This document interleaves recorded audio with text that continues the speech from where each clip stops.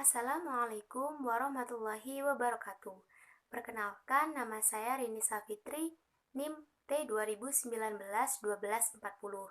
Di sini saya akan membahas tentang landasan filsafat pendidikan.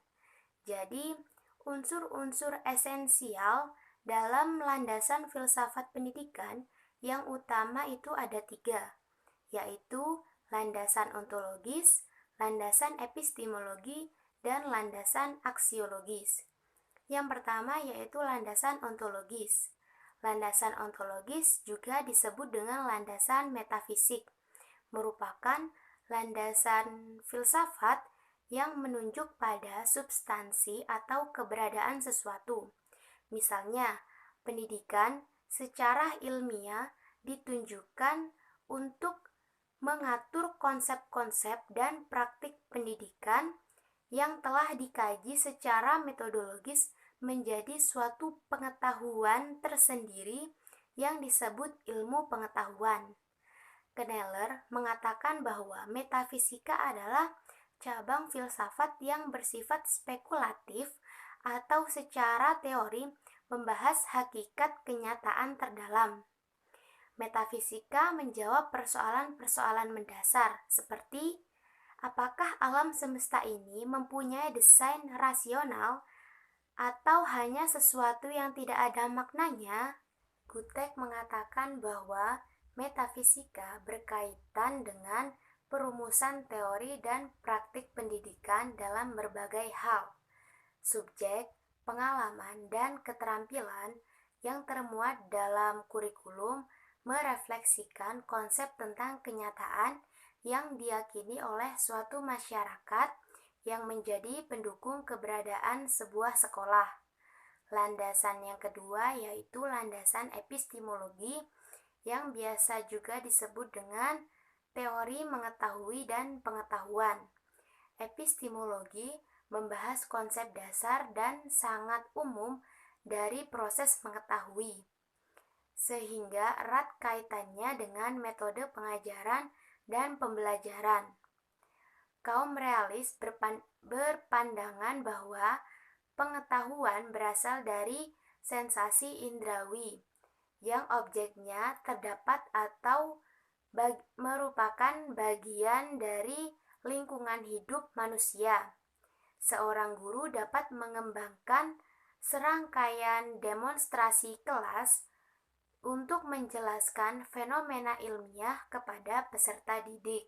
Sebaliknya, kaum pragmatis yang berpegang pada filsafat mengatakan bahwa manusia dapat menciptakan pengetahuan dengan bertindak dan hubungan dengan lingkungannya dalam rangkaian episode pemecahan masalah, sehingga metode pemecahan masalah dianggap sebagai metode yang memadai dalam pembelajaran. Kneller mengatakan bahwa hal terpenting dalam kajian epistemologi adalah jenis-jenis pengetahuan yang berbeda. Yang pertama yaitu pengetahuan wahyu, adalah pengetahuan yang diberikan Tuhan kepada manusia. Yang kedua yaitu pengetahuan intuitif, adalah pengetahuan yang bersifat pribadi.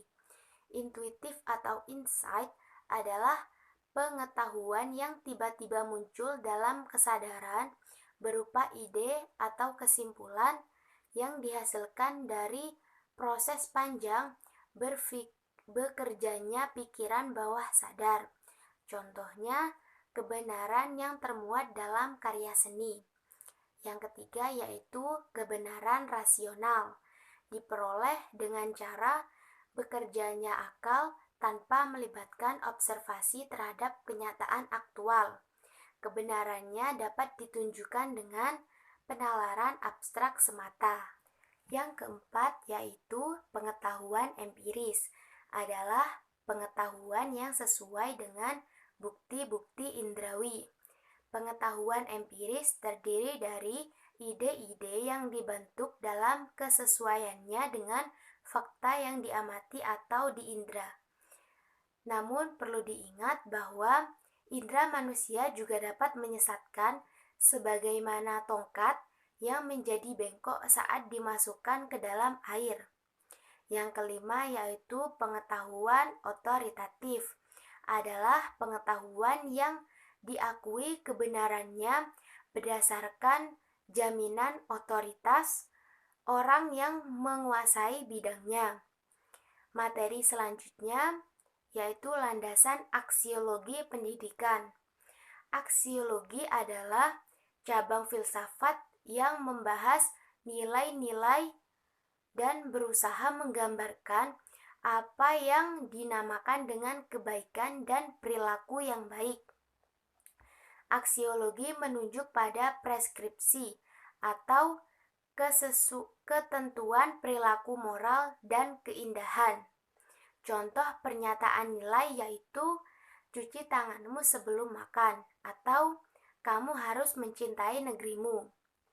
Menurut Pasal 3 Undang-Undang Sisdiknas menyebutkan bahwa tujuan pendidikan adalah berkembangnya potensi peserta didik agar menjadi manusia yang beriman dan bertakwa kepada Tuhan Yang Maha Esa, berakhlak mulia, sehat, berilmu, cakap, kreatif, mandiri, dan menjadi warga negara yang demokratis dan bertanggung jawab.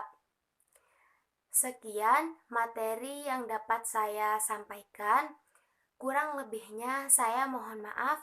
Wassalamualaikum warahmatullahi wabarakatuh.